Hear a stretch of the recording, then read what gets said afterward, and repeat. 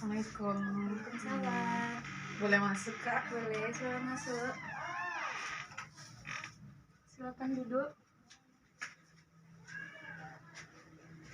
Assalamualaikum warahmatullahi wabarakatuh. Sebelumnya terima kasih sudah datang ke sini menemui kakak. Sebelum kita memulai konseling, alangkah baiknya kita memperkenalkan satu sama lainnya terlebih dahulu. Sebelumnya perkenalkan kakak Dewi Hermayeni, bisa dipanggil Dewi. Kalau Perkenalkan, Kak, nama saya Cici Kirani, bisa dipanggil Cici. Cici dari mana? Dari Tadris Bahasa Inggris. Jurusan bahasa Inggris. Iya. Asalnya dari saya. Dari saya. Di sini ngekos? Di sini ya, Kak. Oke. Baik. Sebelumnya sudah pernah konseling? Belum, Kak. Kayaknya ini pertama kalinya Bu konseling. Pertama kali. Jadi di sini kakak jelaskan terlebih dahulu apa sih itu konseling. Mungkin Cece juga bertanya-tanya kan. Nah, jadi konseling itu adalah pemberian bantuan kepada klien atau orang untuk menuntaskan permasalahannya dan mengembangkan potensinya gitu. Jadi tujuan konseling di sini untuk membantu klien untuk menyelesaikan masalah yang sedang dihadapinya. Kak, Cici di sini mau sharing cerita Cici, tapi takutnya nanti kesebar nyampe keluar gitu, Kak. Oke, jadi di sini banyak orang yang pengen menceritakan masalahnya tapi takut masalahnya kesebar keluar. Oke, jadi di dalam konseling apapun nanti yang Cece ceritakan, masalah apapun yang nantinya Cece ceritakan itu tidak akan sampai ke pihak manapun kecuali Cece mengizinkan kakak untuk menceritakannya ke orang lain.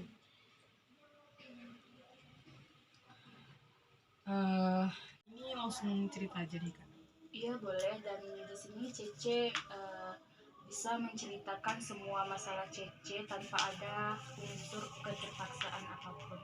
Dan mungkin bisa kita mulai dari sekarang ya, dan mungkin di sini kelihatannya Cece juga udah nampaknya gelisah gitu. Udah apa yang terjadi? Sebenarnya tuh di sini Cici kurang percaya diri buat maju ke depan, Kak. Jadi kalau nanti guru tuh buat meminta maju ke depan tuh nanti seketika Cici takut buat ngomong di depan. Oh, kurang merasa percaya diri. Sejak kapan itu terjadi? Itu terjadi semenjak waktu SMA, Kak. Waktu SMA.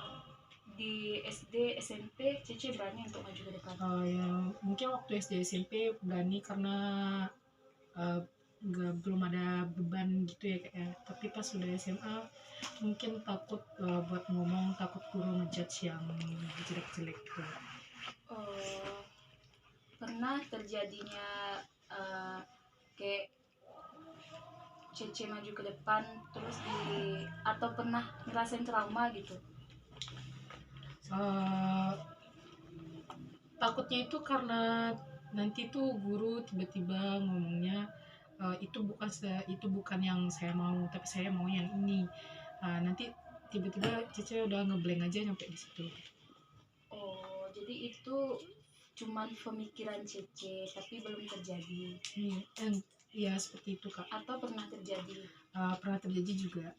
Waktu di SMA.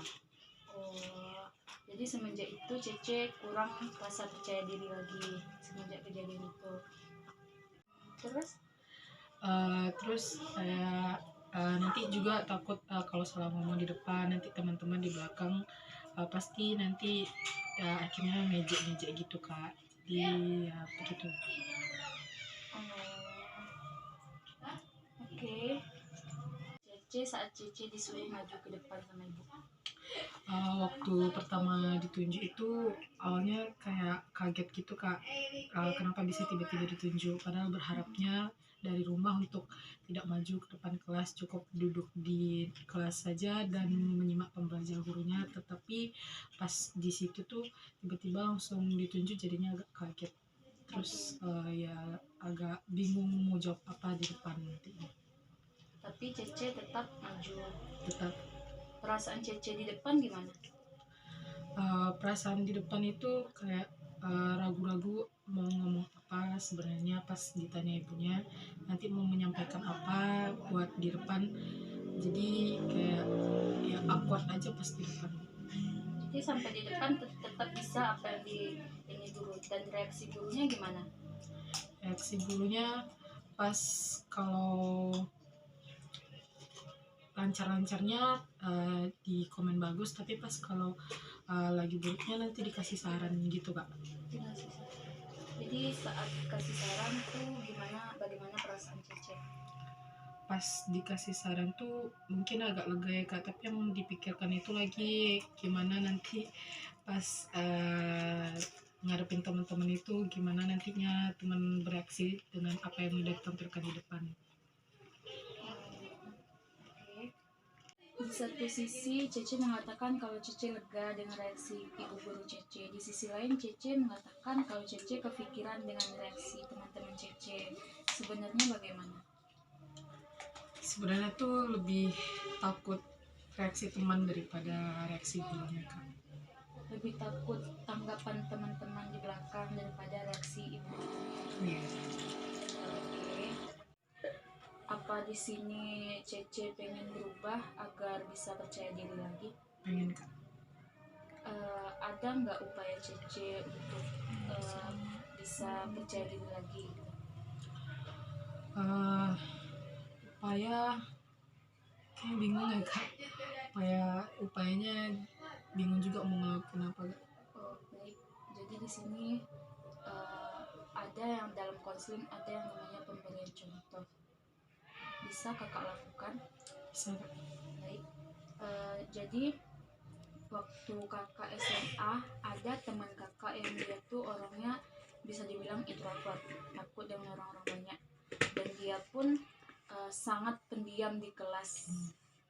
Terus seiring berjalannya waktu tiba-tiba dia tuh berubah drastis gitu kan, dari yang tadinya dia pendiam sampai dan sekarang dia tuh menjadi bagus gitu, public speakingnya bagus, dia berbicara di depan orang banyak gitu. Dan kakak kaget kan, jadi kakak tanya apa yang terjadi gitu kan, kok bisa yang dulunya pendiam gak takut dengan orang banyak, kok bisa sekarang udah lancar berbicara di depan orang banyak gitu. Nah dia cerita sama kakak, ya selama ini emang kurang percaya diri katanya gitu, tapi sering latihan dia juga sempat konseling katanya, dan dia juga diberikan saran sama konselornya katanya untuk sering aja latihan gitu kan, kayak berbicara di depan cermin, anggap di depan cermin itu orang-orang banyak gitu. Jadi dia sering latihan sehingga dia bisa percaya diri kembali untuk melakukan itu. Jadi apa Cece mau melakukan itu, kayak ngomong di depan cermin gitu? Insya Allah mau kak. Atau bisa juga Cece ngomong-ngomong sendiri gitu. Cece ngebayangin di depan Cece itu orang-orang rame gitu. Cece nggak usah pemikiran negatif thinking, harus pemikirannya itu harus positif thinking gitu kan. Nggak usah memikirkan hal-hal yang belum terjadi gitu. Bisa? Insya Allah bisa. Oke. Mungkin Cece menerapkan itu. Mau kak. Oke. Bisa Cece mencontohkan atau mencobakan, Cece anggap kakak sebagai teman-teman Cece dan Cece berbicara di depan kelas. Jadi di sini contohnya kayak lagi presentasi gitu kak. Iya, Baik. Assalamualaikum warahmatullahi wabarakatuh. Di sini saya akan mempresentasikan hasil dari diskusi saya yang mana sudah tertera di papan tulis. Seperti itu kak. Bagaimana perasaan Cece saat mengatakan itu? Sedikit ragu buat ngomongnya kak, tapi makin lama udah lumayan lancar. Oke, mungkin Cece bisa latihan terus-menerus di rumah ya, seperti yang kakak bilang tadi. Cece bisa di depan cermin, Cece bisa latihan gitu. Cece menganggap semuanya itu teman-teman Cece gitu, dan Cece memikirkan sesuatu yang positif gitu. Oke. Ada nggak yang mau Cece katakan, yang mau Cece sampaikan? Sebelumnya terima kasih sudah jadi konselor Cice dan mau mendengarkan apa yang Cice rasakan saat ini, dan juga terima kasih sudah memberikan masukan-masukan apa yang harus Cice perbuat agar Cice lebih percaya diri lagi ke depannya. Terima kasih. Sebelum kita melakukan konseling tadi, berapa persen rasa percaya diri Cece?